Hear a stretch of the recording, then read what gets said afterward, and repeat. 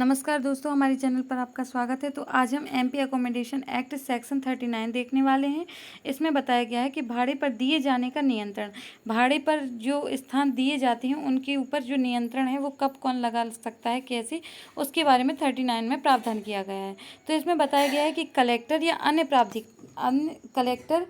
अन्य प्राधिकारी जो डिप्टी कलेक्टर से पद श्रेणी से निम्न पद श्रेणी का ना हो, मतलब डिप्टी कलेक्टर या उससे ऊपर की पद श्रेणी का कोई अधिकारी या कलेक्टर, ठीक है, स्वप्रेरणा से या आवेदन पर साधारण या विशेष आदेश द्वारा, स्वप्रेरणा से मतलब खुद से या आवेदन पर या आवेदन करेगा साधारण या विशेष आदेश द्वारा, आदेश कैसा भी हो सकता है, साधारण हो सकता है या विशेष आदेश द्वारा किसी भूस्वामी से यह अपेक्षा कर सकेगा कि जो स्थान खाली हो गया है, जिसके खाली होने की संभावना है, लिखित में जानकारी दे। मतलब इसमें यह बताया गया है कलेक्टर है या अन्य कोई प्राधिकारी जो डिप्टी कलेक्टर से ऊपर की रैंक का है, वो स्वप्रेरणा से किसी ऐसे भूस्वामी से ये अपेक्षा कर सकेंगे कि यदि कोई स्थान खाली हो गया है या फिर खाली होने वाला है, उसकी सूचना लिखित में किनको दें, इन्हें दें। मतलब कलेक्टर या अन्य प्राधिकारी को लिखित में वो सूचना दें कि ऐसा स्थान खाली हो गया है या होने वाला है। तो ये वाली सूचना किसको देंगे, इनको देंगे। फिर क्या होगा, ये सेकंड क्लॉज कहता है कि यदि कोई स्थान जो खाली हो गया है और जिसके खाली होने की संभावना है, संघ या राज्य सरकार के अधीन लाभ का कोई पद धारण करने वाले किसी व्यक्ति या किसी स्थानीय प्राधिकारी, मध्य प्रदेश विद्युत मंडल, माध्यमिक शिक्षा मंडल मध्य प्रदेश या ऐसे अन्य निगमित निकाय जो कि राज्य सरकार अधिसूचना द्वारा विनिर्दिष्ट करे, तो कलेक्टर या प्राधिकृत अधिकारी धारा 40 के उपबंधों के अधीन रहते हुए भूमि द्वारा दी गई जानकारी से प्राप्त होने की तारीख से 15 दिन के भीतर आदेश द्वारा आवंटित कर सकेगा। इसमें ये बताया गया है कि फर्स्ट क्लॉज ये कहता है कि कलेक्टर है और डिप्टी कलेक्टर से ऊपर की रैंक का कोई व्यक्ति है, वो किसी अधिकारी से साधारण या विशेष आदेश द्वारा ये अपेक्षा कर सकेगा कि यदि कोई स्थान है जो भाड़े पर दिया जाना है, स्थान खाली हो गया है या खाली होने वाला है, उसकी सूचना इन्हें दे। ठीक है, पहली बात तो उसकी सूचना दे, लिखित में इनकी जानकारी दे कि ऐसा स्थान खाली हो गया है या होने वाला है। फिर दूसरी बात बताई गई है, ये जो इतने सारे ये जो लोग बताए गए हैं, तो 40 के अधीन इन्हें बताया गया है कि किसे प्राथमिकता दी जाएगी। ठीक है, तो इनको प्राथमिकता दी जाएगी, पहले स्थान मिलेगा तो इनको दिया जाएगा, फिर इनको दिया जाएगा, फिर इनको, मतलब इस जो क्रम है, इस क्रम से लोगों को, इन लोगों को क्या दिया जाएगा, वो स्थान भाड़े पर दिया जाएगा। अब देखते हैं कि अधिसूचना द्वारा, अब जैसे कलेक्टर को पता चल जाता है, कोई व्यक्ति है वो कहता है कि हाँ मेरे पास ऐसी कोई ज़मीन या जगह है जो मैं भाड़े पर देना चाहता हूँ, तो कलेक्टर या प्राधिकार अधिकारी धारा 40 के उपबंधों के अधीन, मतलब धारा 40 में बताए गए हैं कि किसी प्राथमिकता दी जाएगी, तो उस प्राथमिकता के अनुसार उसको ध्यान में रखते हुए जब ऐसी सूचना मिल जाती है कि ऐसे कोई जगह है, भूमि स्वामी द्वारा दी गई जानकारी, मतलब भूस्वामी ने ऐसी जानकारी दे दी है कि यदि कोई ऐसी जगह है, तो उसके बारे में भूस्वामी बता देता है कि यदि हाँ ऐसी कोई जगह है जिसे वो भाड़े पर देना चाहता है। ठीक है, तो जब ऐसी सूचना प्राप्त होती है तो उस सूचना प्राप्ति के 15 दिन के अंतर्गत कलेक्टर या अन्य प्राधिकारी उन्हें आवंटित करेगा। किन्हें आवंटित करेगा, तो धारा 40 में जो बताए गए हैं उन लोगों को जो प्राथमिकता रखते हैं, पहले उन्हें फिर उन्हें फिर उन्हें, तो उस हिसाब से उन्हें आवंटित किया जाएगा। ठीक है, अब परंतु क्या बात करता है कि यदि भूस्वामी, पहला परंतु बात करता है, यदि भूस्वामी उपधारा 1 के अधीन दिए गए आदेश के अनुसरण में दी गई जानकारी में यह कथित किया हो कि उसे स्थान की आवश्यकता है। अब यदि जो भूस्वामी है वो कहता है कि उसे उस स्थान की जिसके बारे में उसने जानकारी दी थी उसे उसकी आवश्यकता है। ठीक है, अब ऐसे यदि भूस्वामी कहता है तो फिर क्या करेगा, यदि तो फिर जो कलेक्टर है या अन्य प्राधिकारी है ऐसी चीज़ की जांच करेगा कि क्या सच में उसे ऐसी आवश्यकता है या नहीं है। अगर उसे जांच करने के पश्चात अधिकारी को लगता है कि हाँ इसे सच में, जो भूस्वामी है उसे ऐसे स्थान की आवश्यकता है, तो वह उस स्थान को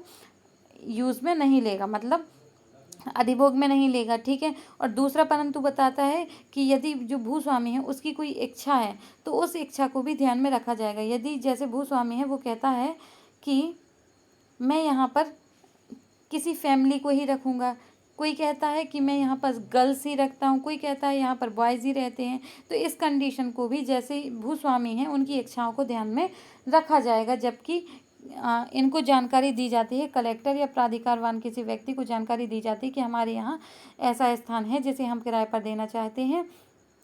तो उस किराए पर देने के लिए जो उनकी कंडीशन होगी, जो लीगल होगी, उसको मानना होगा। मतलब उन जो भूस्वामी हैं उनकी इच्छाओं को ध्यान में रखा जाएगा, उनके विपरीत कार्य नहीं किया जाएगा। अब जो क्लॉज 3 है वो ये बताता है, यदि कोई आदेश उपधारा 2 में निर्दिष्ट की गई कालावधि के भीतर पारित ना किया जाए, मतलब यदि 15 दिन के अंतर्गत 15 दिन में कोई आदेश पारित नहीं किया गया है, मतलब जो कलेक्टर हैं या जो प्राधिकारवान व्यक्ति हैं उन्होंने नहीं बताया कि हम इस स्थान को अधिभोग में लेना चाहते हैं, तो उसके बाद जो 15 दिन है उसके बीत जाने के बाद क्या करेगा, भूमि स्वामी किसी अन्य व्यक्ति को भाड़े पर देने के लिए स्वतंत्र है। अब क्या है, जब वह जो कलेक्टर या प्राधिकारवान व्यक्ति को सूचना दे दी जाती है कि मेरी जगह खाली है, और यदि वो फिर भी 15 दिन के अंतर्गत नहीं आते हैं, उस पर अधिभोग नहीं रखते हैं, तो 15 दिन के बाद क्या होगा, जो थर्ड क्लॉज है वो यही बताता है कि अभिधारी उस स्थान को किसी अन्य व्यक्ति को देने के लिए स्वतंत्र होगा। इसके साथ परंतु भी है कि यदि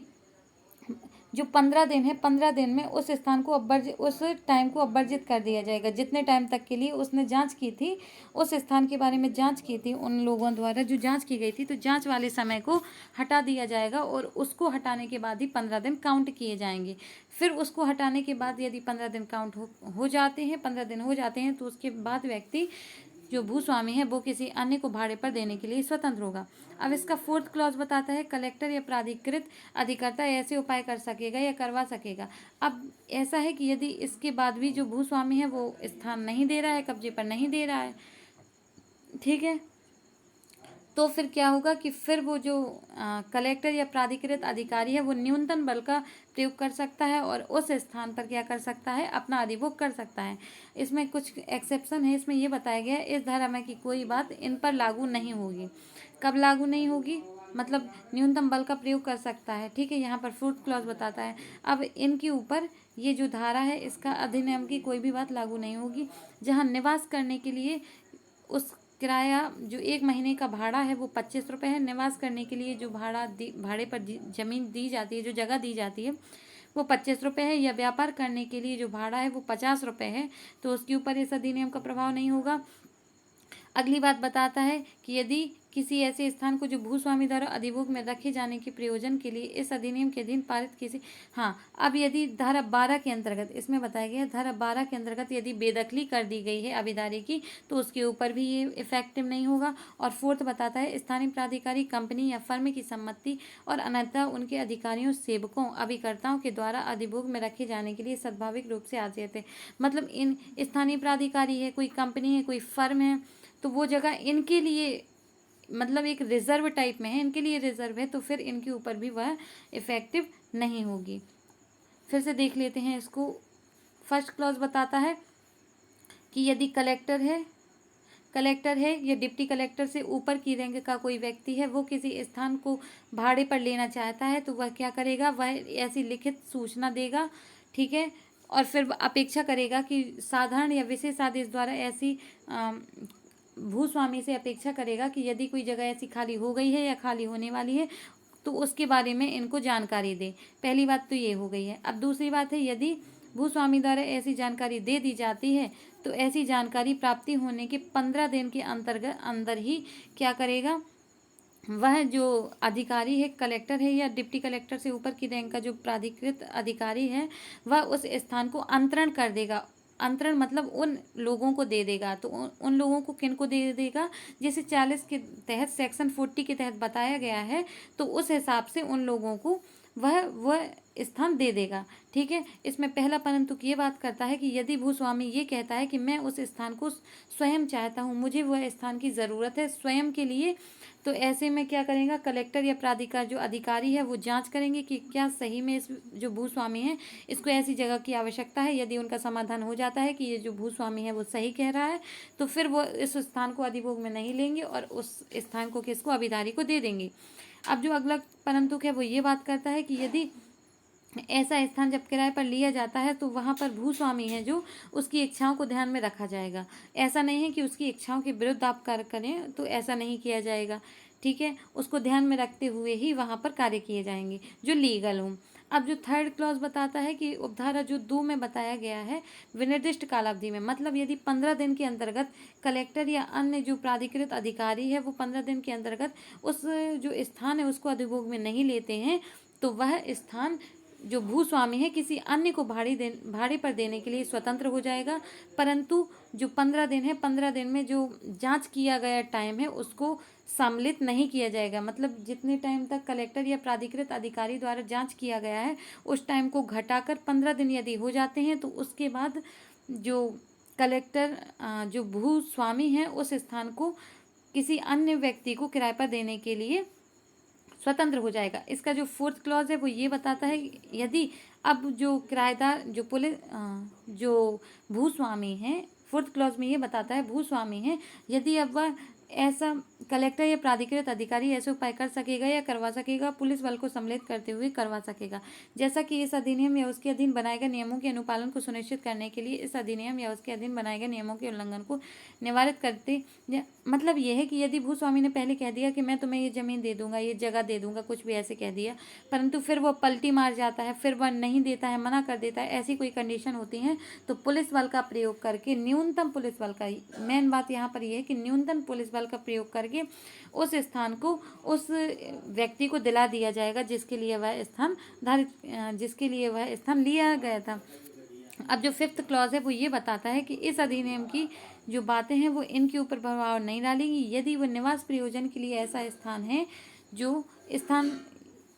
यदि निवास प्रयोजन के लिए है तो उसका भाड़ा 1 महीने का भाड़ा 25 रुपये है, यदि व्यापार के लिए है तो उस स्थान का जो भाड़ा है वो 50 रुपये है, और यदि वह 12 के तहत, सेक्शन 12 के तहत यदि बेदखली का आदेश दे दिया गया है उस स्थान से, मतलब बेदखल किया गया है किसी व्यक्ति को, तो उस स्थान पर भी ये प्रभाव नहीं डालेगी इस अधिनियम की कोई बात। और यदि वह स्थानीय प्राधिकृत